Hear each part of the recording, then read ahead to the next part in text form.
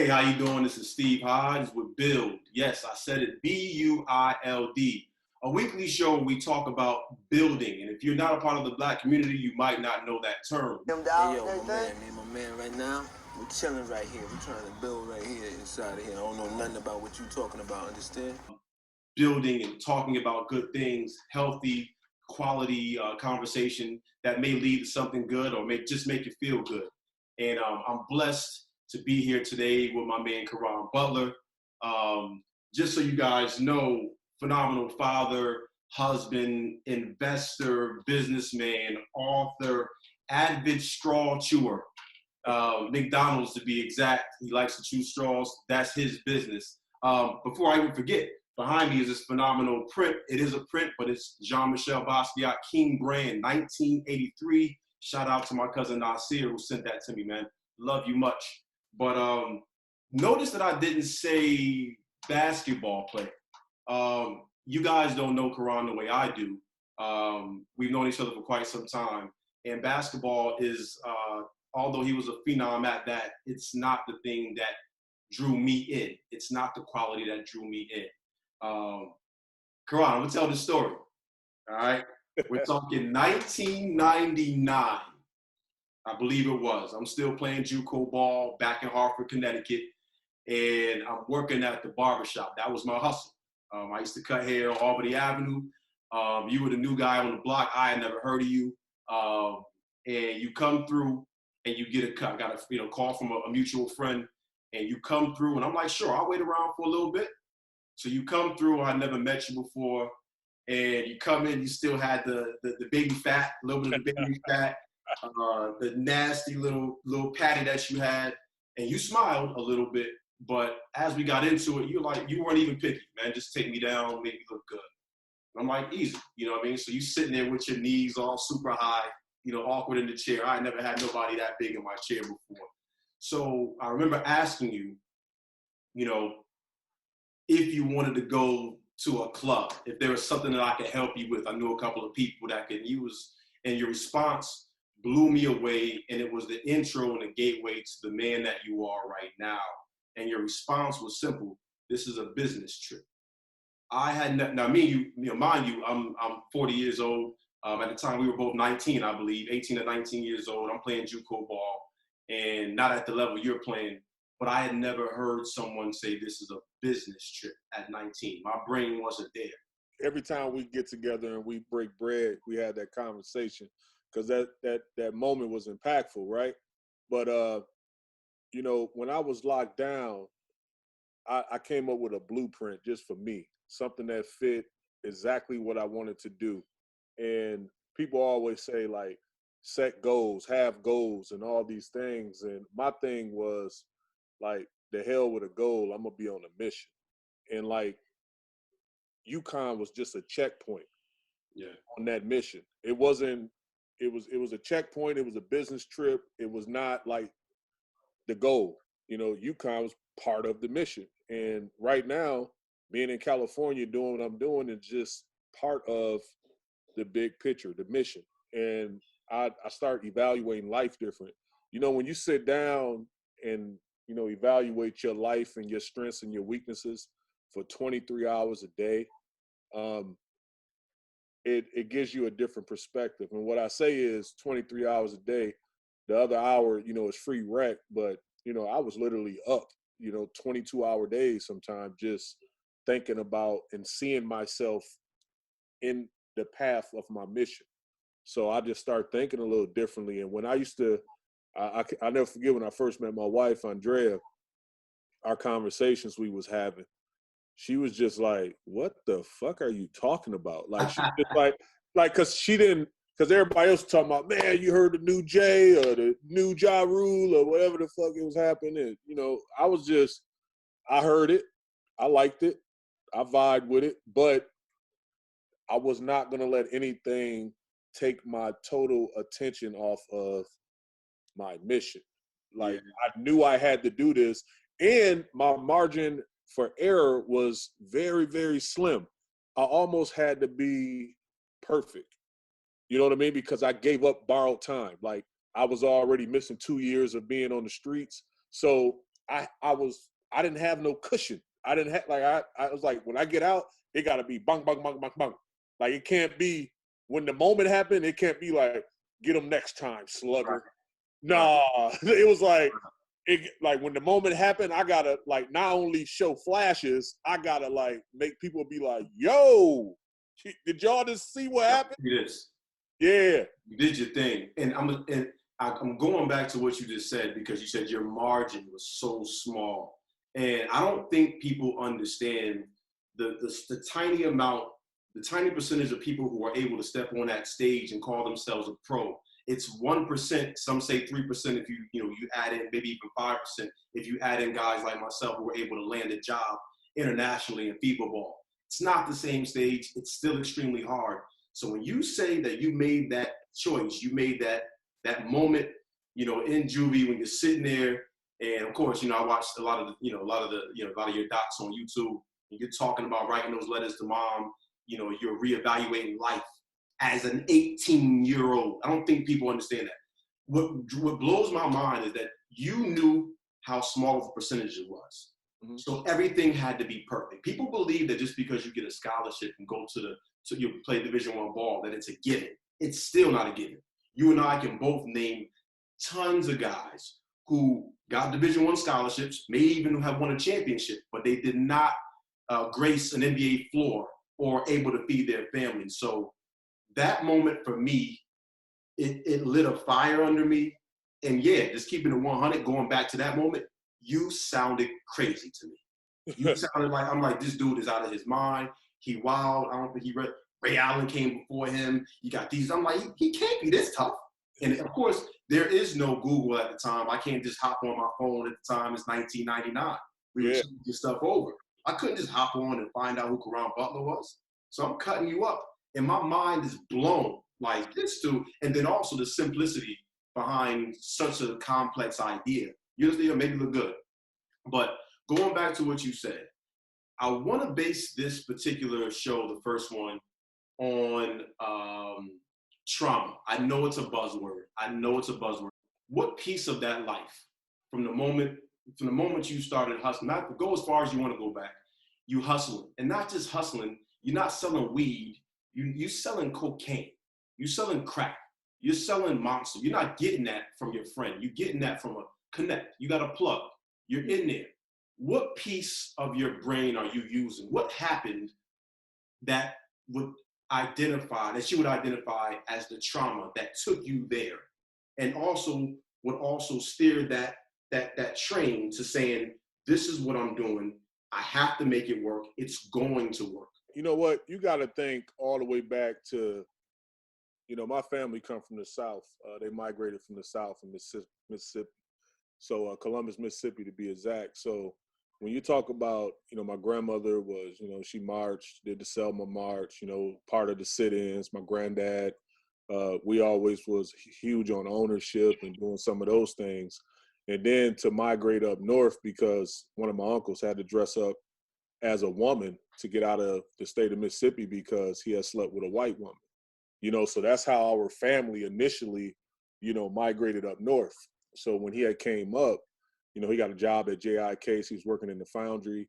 And, we went from ownership to workers. And that was a piece of the puzzle that we were stripped of what we worked hard for, what our legacy was, where we were slaves in the cotton field. And we worked our way to having some type of ownership and having acres to back to ground zero again up north, being in a predominantly white state, working for a company with lack of ownership. So that was trauma that, our family was going through. That's a huge impact because we set our generation back. The next generation under us was my mom, was inheriting a job, not, land or something like that. So it's a domino effect, you know what I mean? And people don't understand the impact of that. And that's what happened with our family, as a whole. And I immediately saw that because me and my cousin, Ricardo, you met him, we was always so observant, where we would sit around and we would play That's My Car and those things like that. But we would have general conversation about, Like, why grandma got to work 2 jobs like that? She worked more than granddad, or why, you know? And we saw the other side where we went to a school that was in a neutral location, and we saw Caucasians and different people from different walks of life, you know, living a certain lifestyle. And we were just like, why can't we have access to that? You know, why don't we have those resources? And that was trauma, but it also gave us a carrot to strive for. So, you know, we just always had those conversations and, you know, kept ourselves, you know, thinking outside of the box. And I'm gonna go even further, like even when, you know, all the males in our family had been incarcerated, including myself, but the generation after me was totally different because I didn't pass on that trauma. I didn't pass on those habits. The trauma that I went through, I tried to just show them, and that's why I always say seeing is believing, and I always say building, is because seeing is believing is observation. You can look at the optics of what someone else is doing and be like, I'm totally inspired by that. And they build correctional facilities for Black and brown people, you know, subject to redlining and all that because of they do testing that, systematic racism and all that stuff, but they do that stuff at the ages of, you know, second, third, you know, evaluation off test scores. So I was looking at it like, okay, we grow up watching and seeing picture books. And so we're observing. Like if we see some shit pop out a book, it's like, that gets my attention. The words don't get your attention unless, you know, you're part of a different, you know, fabric where you like, I enjoy reading. And a strong percentage enjoy reading. I'm one of them. I enjoy reading. I didn't, but when I went to jail, I fell in love with reading. You know, same with me. I love it.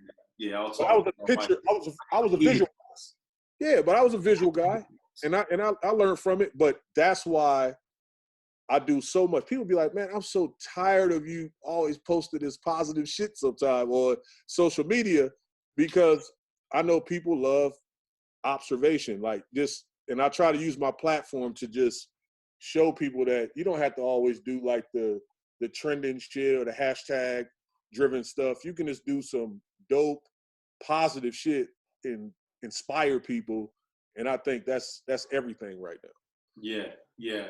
And moreover, man, I just, you know, going back to you talking about passing it on. We're not going to sit here and get religious. That's not healthy for either one of us. But there's a spiritual component that comes behind the idea of handing things down. And, you know, my wife, we talk about this a lot. What was it that you had to go through? Did your family think you were crazy too when you were doing it? Did you lose friends? Was it hard to maintain associates? Did you lose your mind for a moment? Was there ever a moment in that dorm, in that locker room, on that plane, in that hotel where you're like, yo, maybe this ain't for me? Yeah. Maybe I'm not Neo. Maybe I'm not the one. Yeah. You know what? I've been practicing social distancing for a long time, bro, and way before the pandemic. And I think that it's lonely. Like, in order for you to be successful, it will get lonely. You'll know rather quickly people that think like you, that observe things like you, and you just gravitate to them, you know? And, you know, for those who don't, you know, you're going to lose people, you know, and you got to cut off things that don't grow. And I understood that immediately. I was like, you know what? Like, these my people, but it might not be my people going forward. Like, I will always have that love, that genuine love, and it will be authentic, but it's just like, you not there yet. You haven't seen or see my observation. And if I explain it to you, it doesn't make sense. And I don't want to lose respect for you for judging my dream or my vision. And then I don't want to talk down to you or feel like I'm talking down to you because you don't see what I see. So it's like, that's a tough spot to be in. Yeah, it's a tough spot. And if we're not there, it's just like, I'll throw something out there, a carrot, and I see if you get it. And if you don't, I'm like, we can't like keep that energy. Like, I gotta love you from a distance. And that's what it was with my family and a lot of loved ones. And a lot of people that I was preaching to, they did think I was crazy because I was like, I'm gonna go to the league. They was like, what? That don't make sense, and, you know, and that's crazy. And then when it happened, it was like, oh shit, he owned the something. But you know, you tall, you big, you know, you got a skill set, whatever. And then I was like, I'm gonna save my bread because a lot of these dudes, because I seen it before, like NBA broke 30 for 30, all that shit. I was like, yo, a lot of these dudes like really broke because I was in the locker room with these dudes and I seen what they was ailing and what they needed and, you know, things that they didn't have. So I was like, I'm saving my money. They're like, you tripping? You need to open a corner store, gas station. You need to do. I was like, yo, no, that, you know, if you did it, good. But I'm just gonna chill and I'm gonna save my bag. And then I got around people that, because I was traveling, instead of going to cities and going to clubs and things like that, I went out here and there, like periodically. Like it was like some real celebration shit if you saw me out somewhere. But I was always just trying to make connections with people that I grew up watching from afar, or I felt like that was influencing me from a distance. That I was just like, I would love to pick his brain and just ask him, like, how did he start that? Or like, what was his vision? Or I know he got that. So like, what are some of the hurdles that he deal with in the midst of, you know, him elevating and, you know, building his? And those was the people I sat down and met with. And, you know, when you're active, there's nobody that wouldn't want to meet with you. You know what I mean? And your biggest carrot is, you know, hey, I would love to meet with you or have brunch and then come to the game. Come check the game. Right. You know, Is it so safe to say? So is it safe to say that although you know, you had, you know, made, you know, you had got to your goal, you know what I mean? And you broke the family's curse financially, being able to help people, being able to help yourself, being able to indulge in things that we wouldn't even dream of coming up. Is it safe to say that you knew from the giddy up, based on the barbershop talk, were you already on that? I'm playing, I'm hooping, but I also have another thing that I got to work on. Were you yeah, always conscious of the idea that I got other things to do? There's I, more than just this game. I had a mission that I observed, I saw in my head, and that I needed to obtain. I just didn't know. I got to certain places where it wasn't just about basketball no more, or my athletic ability, and then I needed more guidance. So I sought out the guidance that I needed. Like the whole mission and having a checkpoint of stopping at UConn was just all basketball driven. I can do the work. I can hoop. Okay, that was the easy part. And then I just got to outwork everybody else. And I was okay with that. But then it got to the point where it wasn't just about outworking everyone else. It was about, how do I create these relationships? Who do I reach out to? And so I had to share my vision with someone who I trusted. And I had a big brother who you met as well, Raymond Brothers, who's now the director and president of Rock Nation Sports. And That's crazy.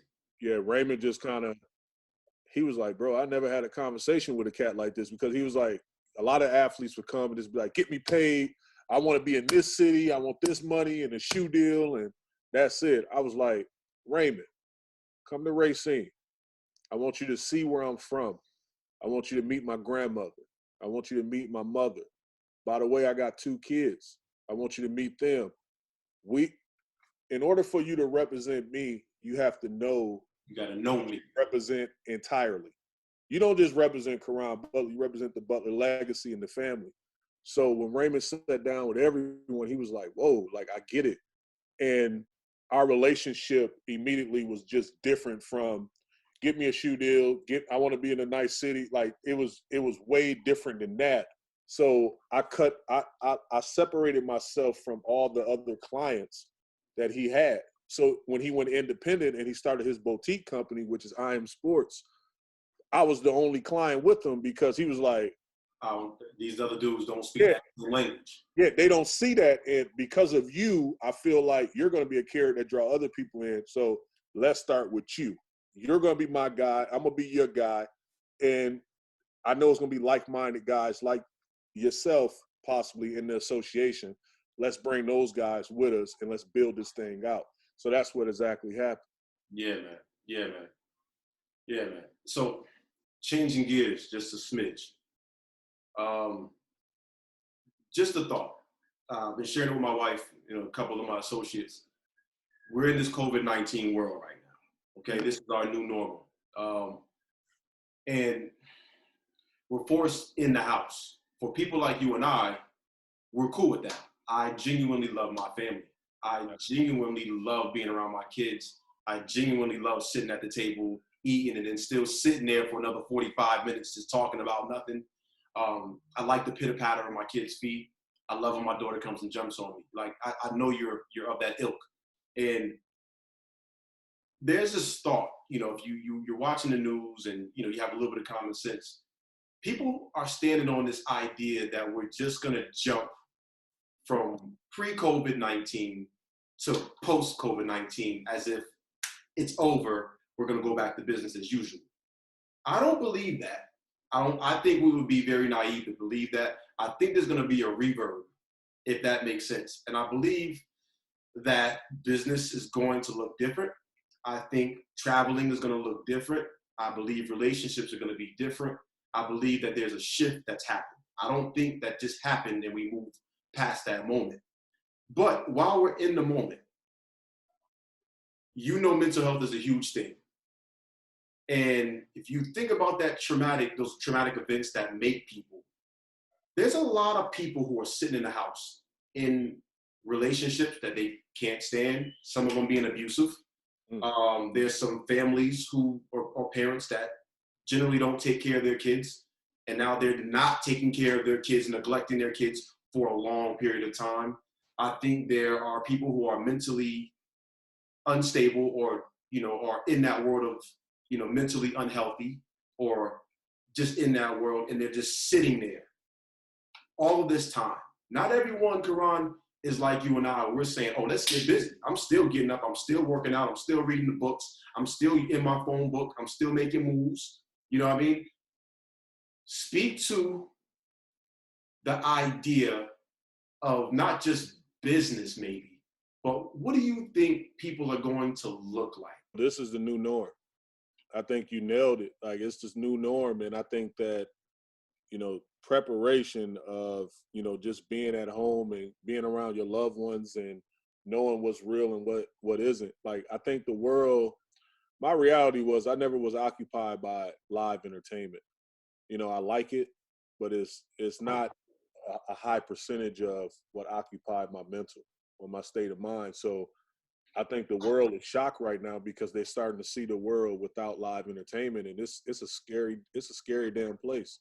And it's also a scary place when the reality of the situation is that you touched on it. When you're in a household with people you don't know or thought you knew or whatever the case may be, now, you battle depression, you have mental illness and all those things. I was doing an NBA roundtable with Brad Stevenson.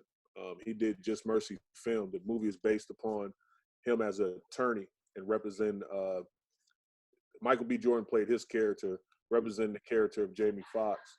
And he touched on, this is the new norm. And people always talk about depression and mental illness. Like, it's so many people battling that worldwide, and it's going to be at a new height. But the crazy thing about it, and you touched on trauma, it's not going to be anyone to treat them, how to diagnose them, because it's like, oh, you're depressed because you was in the house for COVID. Like, the whole world is depressed. But it's like, no, they're not. And other people are shaped different or made up different mentally. You know what I mean? And experiences are different. So the world is going to be scary because it can be a ticking time bomb for some people to walk out into society and all of a sudden have some type of form of engagement or interaction and lash out. You know what I mean? Like, or be in a situation where, you've been isolated so long, and this happened in institutions. I know. I was going to say that, institutionalized. Yeah. I want to be careful with that, but in my head, it sounds like you're speaking of institutionalization. It really is like that. I had an uncle. My uncle was brilliant, bro. Like, Steve, when I tell you my uncle was brilliant, like calculus class, all college courses, basketball, just doing his thing. Dude was like a stellar athlete, stellar brain. And he got caught up in a jam and he went away. He did a year in the hole. He was never the same mentally. You know what I mean? In the hole. Yeah. 365 days by himself. He just wasn't there no more. He was different. It's like a lot, like my uncle, like, that's my big brother. Like, we had the best relationship on planet Earth. Like when you talk about from a connection standpoint, he was my idol. I looked up to him. And when he got out, I didn't even know him. Like I couldn't have a conversation besides like, yo, the weather or some shit. Like that was it, because he just wasn't there no more. And that's what it did to him. So it's going to be a lot of people coming out of this situation like that, where you're not going to know them what they once was. One of my favorite podcasts, Joe Budden podcast, which is funny because you were in his original video, Pump It Up. I bet everyone knows that. Go and watch that video, y'all. My man was in that. You know what I mean? What is that, 19? That was 2001. 2001. Pump. But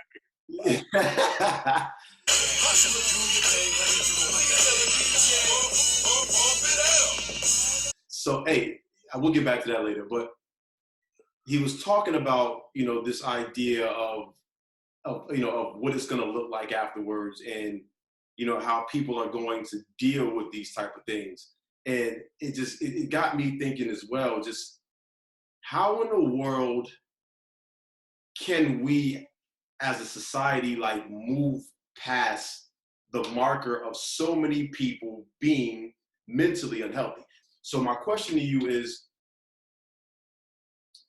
you come from many realms. You're now in the business world. But you come from that sports world. You've seen them. You've been in that locker room. You were in that locker room when all of that DC stuff popped off. Yeah. That's none of my business. I really don't think it's anyone's business, to be honest with you. And thinking about maybe even music, if we throw music and sport, where a lot of our Black people are, a lot of our people are in this world, because we're entertainers and athletes, until we even, that's all we got, was what Hodge said. So I don't know. I did a little bit of research. Are there therapists assigned per team? Do NBA teams, NFL teams, do they have therapists on staff? Yeah, now they do. I think the Mavs, and that's why I always say that, Mark Cuban is one of the best owners in sports as a whole, just because we had access to a sports therapist. We had a psychologist that was in our wheelhouse. So he saw us at, like, it's almost like when you get a concussion, people will be like, all right, what is his baseline? So you already got somebody in the house that kind of know your personality and know how to gauge, all right, he's not, Right. Yeah, they see the highs and the lows because they're already part of the organization. And I think that a lot of teams have invested in that space because some of the high profile athletes came out after the fact. Like now, usually it used to be like guys, they make so much money, you didn't worry about that thing, but that's when you need to worry about them even more. Money isn't everything. And I think like guys like DeMar DeRozan, Kevin Love, they become huge advocates of, mental health and depression and all those things, where the NBA took awareness to that, and the organizations was like, you know what? We need more assets to help these players. So I think it is more in place now. I think that's dope. And I think there should be, just to get rid of that stigma, I think there should be in every major organization, whether it's entertainment or sport, I think that would be a major shift in ideology for an athlete to say, not only do I want the money that I'm guaranteed, I also want, a nutritionist. I don't want to pay for my own nutritionist. I want you to give me a nutritionist. I want a therapist available if I need it for me and my family. I want, not just my insurance, but I want that to be a part of it. I want you to help me financially. Assign me people who can help me, as opposed to taking the money that you're giving me and I got to pay for it. I think it's going to be a beautiful day one day, you and I had this conversation. There's going to be an animal of an athlete who is going to be a phenom athletically, skill-wise, and mentally. He's going to be a perfect storm. And I believe he's going to start asking and changing the way we look at contracts and what we need as people. And I can't wait for that day.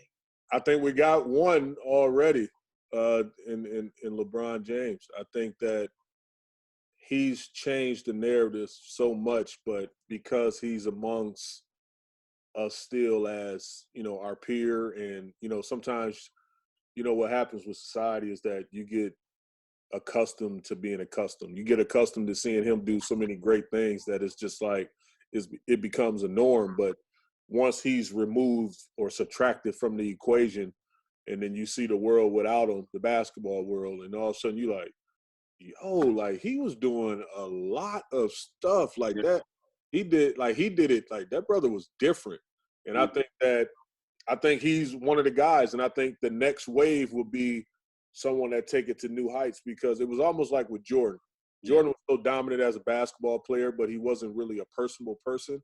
That's why, like the documentaries of Come Fly With Me or Rare Air or Playground and all, that was very important because you saw the character component. Right. They had to create that other piece. That's why he was so great at endorsing stuff, because you brought a different part of his character out in every endorsement.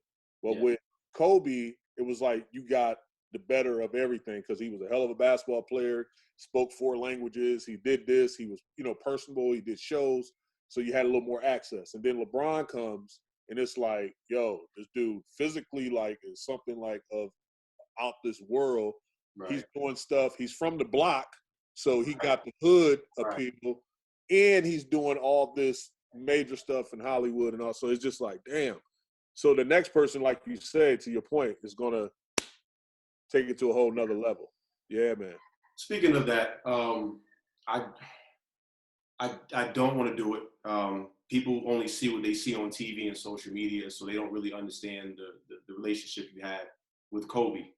But I wanted to officially, during that time, I shot you a couple text messages, but I knew that my text message was in queue with 75,000 other people who understood your heart.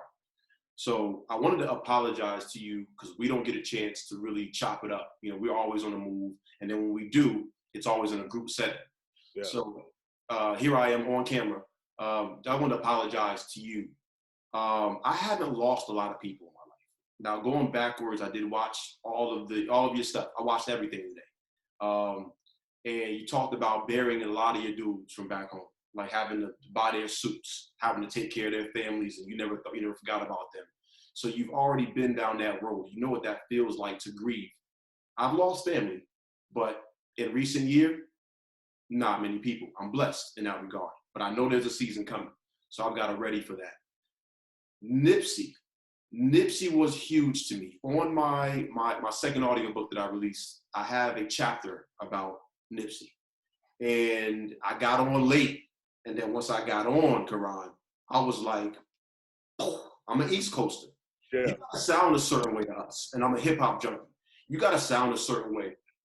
You gotta be able to put words together. You gotta be able to pick a dope beat. You gotta be able to speak to something that I can relate to, and not just that. I gotta see you as a human, not just the dude that wear this and wear that and say this and say that. I seen dude as a human. Now we live in Inglewood, so I'm about not even a full mile from the Marathon clothing store. So my ear was starting to hear about the impact and the imprint he was leaving in the community. And I started jumping into the mixtapes. Crenshaw, Slauson Boy 1, Slauson Boy 2, all the way up to the last one that he dropped, which was a monster. So I kind of, part of my language, fell in love with what he was becoming. And of course it got cut short. And of course my wife at the time, I talk about it, my wife, she knew this. She knew I was falling in love with, his music and who he was. And when it happened on that Sunday, I was in Calabasas. She shot out there because they were at your house. Yep. She shot out there, but she came to tell me in person. And I was messed up. And I think for about a week, I felt the way, but I couldn't identify it because I wasn't even looking for anything. I couldn't identify it, Caron. And eventually I got up, I joke about it. I say I was playing her. Her has a song called I'm Not Okay. And I love her. And I had that song on repeat for like 8 days straight. I'm not okay. I'm driving. I'm not okay. I wasn't right. Not thinking, homeboy, you're grieving. So I reached out to a friend, Angie. Shout out Angie. She's phenomenal. And she's like, dude, it's okay to grieve. And I'm like, I don't know this dude. It's impossible to grieve for somebody you've never shook hands, broke bread with. That's impossible.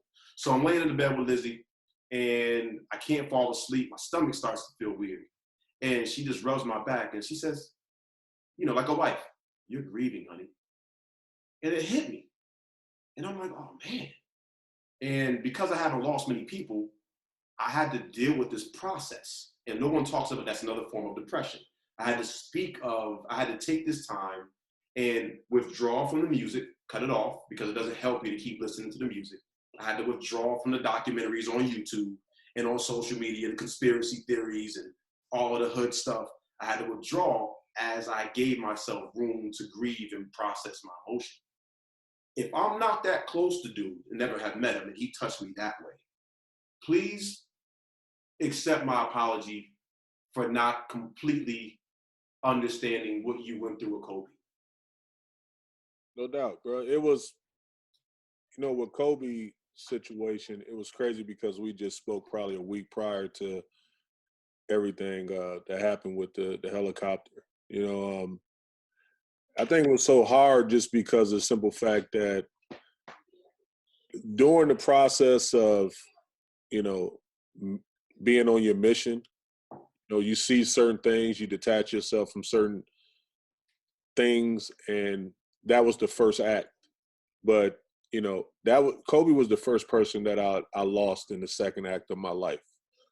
Mm-hmm. This is the second act, and we talked about this. Me and him sat down at dinner, and he was just like, basketball was our first act. We was hell of a basketball players. He was much of a hell of a basketball player than I was, but he was somebody that I idolized on the court and watched and kind of mimicked some of his moves and helped me become a better version of me. But what I took from him was we wasn't going to be friends long after the game of basketball. And he elevated me and inspired me to just do more.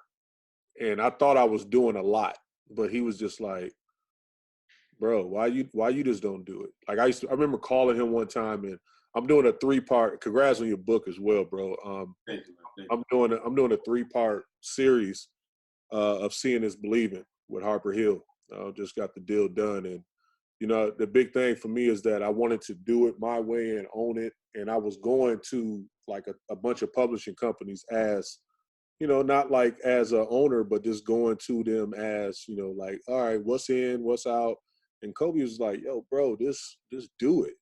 You do it. Like, just do it and put it together, pay for it. And bring it to them like, yo, this is what I'm doing. If y'all don't want to do it, independently is coming out. Y'all got competition. You know what I'm saying? And like, he always had that insight that I needed. Or he always had, you know what, I can't help you, but I know somebody that can. Mm. He was just like, and my wife knows this, she never heard me cry like that ever before when I called her and told her that Kobe was gone. He was one of the biggest assets that I ever had to my life. And I tell folks that, and they like, I have my mom and my grandmother, but I'm just saying someone that wasn't family that became family. He was the biggest asset that I ever had to my life. And he was somebody that, if you have that care to somebody that motivates you, it's certain words that a certain somebody can just say to you that you can just be like, go mode, go mode. Yeah. He was that. Like, I talk to my son, I'd be like, yo, what? And he'd be like, say less. Right. And Kobe had that impact, and that, I don't know what it was, but he just had that presence with me where he'd be like, CB, what you doing, man? Like, and I'd be like, go mode. Like, I'm gone. Like, so I miss that. And it's still, to this day, like this morning I was reading an old text that he sent, and I was just like, okay, I got back on the court and we was playing ones, and that was the first time I'd done that on a serious tip in a long time. So, and speaking of like overall health, what this moment with COVID-19, how people staying active can positively affect what they're doing mentally in their state mentally. I think there's a lot of people who just don't believe how important it is to get up for an hour and some change and go work out, get outside and go work out, do some crunches, do some sprints. You need that release. You really do need that release. You don't want to go into this situation and being, in the midst of this pandemic and then come out with all this other issues and stuff. You know, you got anxiety, you suffering from depression, and now you're overweight.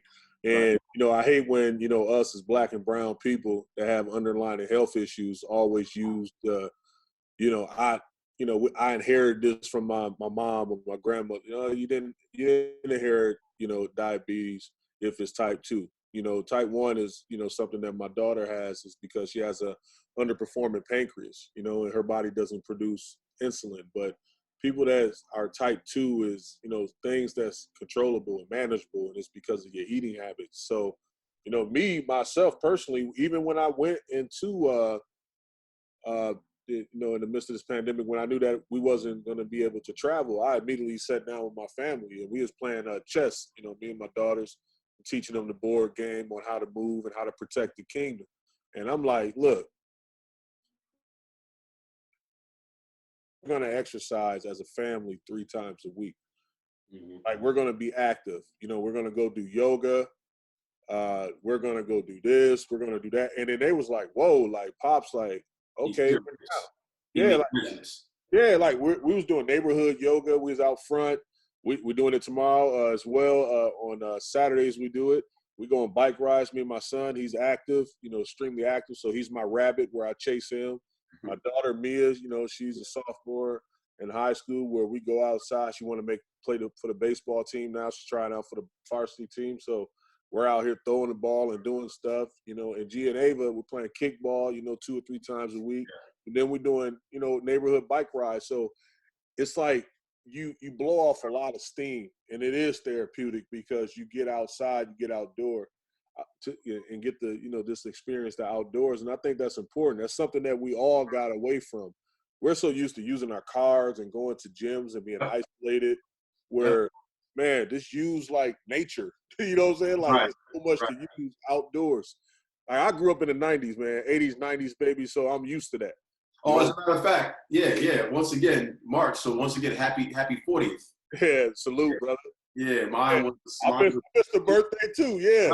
Right. So you know, you do know this, right? I heard someone say, although we may have celebrated, we might be able to just stay 39 until it is over, and then, you know, be 40 appropriately. Now, you know, I'll take it. We'll celebrate together, man. We'll celebrate together. So listen, man, we went through a lot. You know, we talked about a lot. Last but not least, we've got and I'd be remiss to not show love to the genesis of our relationship, you know, which is our wives. You know what I mean? Who, you know, you guys are Huskies. It is what it is. You're all Huskies. And so I always, you know, I stand down whenever Husky talk come up. U-C-O-N-N. Me too, baby. So I always stand down. We're in the house. You definitely traveled way more than I. You know, I finished in 2010, you know, playing minimum wage overseas basketball my last year in England. And so you traveled a lot more than I did. Even though my stints were 6 months being gone at a time. But you traveled a lot more, and your family had to adjust to that. You were able to do what you do, and you were able to maintain your family. You guys are home right now. You know where to go. I know that's her house. You know what I mean? And you are in her space, as she would probably say. If I can hear her voice right now. You in my space. You in my space. All jokes aside, man. Dealing with what your daughter, you know, went through this past year when everything jumped off. Of course you were there. Everyone was there. What did you do to support her in that traumatic time? I can only imagine. And of course, you know, that's Lizzie's girl. And, you know, even my wife was just like, I don't know when to call, how to call. So I just show up. I don't want to be a part of the fray, but I know she going through it. What did you do to support her, man? Just, you know, I try to be her safety blanket, where one, I let her know that I'm going to protect her. And I didn't have to tell her that. I just showed her. And then two, I was just there to just hear or take on whatever emotionally that she was feeling. I wanted her to just tell me, like, don't think that anything was uncomfortable to talk about. And then I think what was best for all of us is that we had open family discussions with Gia. So Gia was telling us, you know, in real time, so we all had a pulse of everything, how she was feeling. And she gave us the strength, and that's why we, you know, we don't play around when we say this, you know, Gia is our hero because, you know, she gave us the strength from within our family, you know, to just, it's okay for y'all to be okay. It's okay for y'all to be normal because I'm good. Y'all strength got me good, so I'm good. And just know that I'm okay. And if I wasn't, I would tell y'all. So I just try to be as more available than ever for my wife. And I don't care if I'm traveling, if I know she's not feeling all right, or if I know that the burden is too much, I will make sure that, you know, my mom was here. You know, my mom stayed in our guest house for almost a year because I just felt like she needed to be here just in case at any given time the workload was too much. She had someone that can be a confidant and someone that can have her support because her mom was still working. So my mom was available. My brother was available. I had conversations with our extended family. You know, my brother's out here in Los Angeles. My cousin's out here. One of the major reasons why Ricardo actually moved back from San Diego was because of Gia's condition. And he was like, you know what, I'm going to move closer to y'all and then I'll just stick around for 3 or 4 years and then I'll go to Arizona. And I was like, thank you, because he was just like, sacrifice, man. Yeah, he's just like, you know, whatever y'all need, I'm here. And he know that I travel. So if my wife wasn't traveling with me, she was able to stay here. And, you know, if I was on set, I would jump off. I'll be like, yo, 1 second, I gotta take this. You know what I mean? So everybody understood the severity of the situation, and I think that's what made it work. Very cool, man. And that's what family's supposed to do. No doubt. Shout out Ricardo for that. I didn't even know he moved back up here. Yeah, man. Yeah, that was big. I talked to my cousin, and you know, Ricardo's my brother. Like we've been like this since, you know, we was 2-3 years old. You know, man, we've been tight, and you know, wherever he go, I go. You know, only thing that separated us was, you know, one was my career when I was traveling, and two, he was in the Army. He was serving our country. Yeah. So that was the only time we was literally separated. But outside of that, we always knew that we would eventually move. He's getting a house built in Phoenix. I wouldn't be surprised at some point if move out there. Like, I just wouldn't be shocked if I'm in Phoenix 4 or 5 years from now. Right. It's on the strength because that's just how we work. Right. I get it. I'm watching how you move. I like how you move. You do real things. You appreciate your family. You allow people in, the people that you trust. And I appreciate you. And we had a real conversation on my way out. And last time we spoke, I'm not sure what it was for. We had a real conversation. And I want you to make sure that you protect, that you keep a solid, guarded, gated world around you. Not physically, but you know what I mean. No doubt. I think it's to a point now where we have to start protecting our assets. And I believe you are an asset. I believe you, I'm glad that you weren't, I'm glad you were an all-star, but I'm glad you weren't at the super duper NBA first team level, because something tells me you wouldn't be able to do what you're doing now, and that's helping people. So I wanted to say that publicly and let you know that I appreciate you. I'm watching you. You're helping me, even with the Harvard move. You know what I mean? I had no idea that you had done that. But yeah. I'm taking a course right now. I don't want to tell nobody about it, but I'm taking this Harvard course now, and I'll be done in a few weeks. And it made me feel cool, as silly as it sounds. I don't need nobody's approval, but I'm like, oh, dude did it. This is cool. Yeah, it's dope. It ain't just Swiss Beats out here who want to, to understand, their world. And I appreciate you, brother. I really do, from my heart. I appreciate you, and I wish you got everything you need. You know what I mean? You don't need no money. You don't need nothing. But I really wish that there was more that I could do. So my wife and I were talking, when this is, I don't believe it's going to ever be over. But when we're released and we get some time, I want to be able to take y'all out. And I want you to keep your hands in your pockets and let us take you out, you and your wife. Seriously. Absolutely, bro. And we appreciate y'all, man. And just, I'm very observant. And even sometimes when I don't get the chance to, display that or say that, I'm watching as well, and I see the moves that you making, and I see how passionate about what you do. You know what I mean, and what you bring to the table, man. You're exactly what we need out here, brother. Like, we need more advocates. We need more influencers that's influencing appropriately. Yeah. You know what I mean? That's super informed, because some people just follow waves and trends. Herd But mentality. you're doing the education. You're talking from experience, and what you don't know, you're finding out. Yeah. And yeah, bro. Like, it's dope to watch that. And I've always been a fan of yours, even more of a fan now. And I appreciate those words, bro. When you say that, giving someone the flowers while they still can smell them. Yes. What you just did right there, man. So I appreciate you, brother. There it is.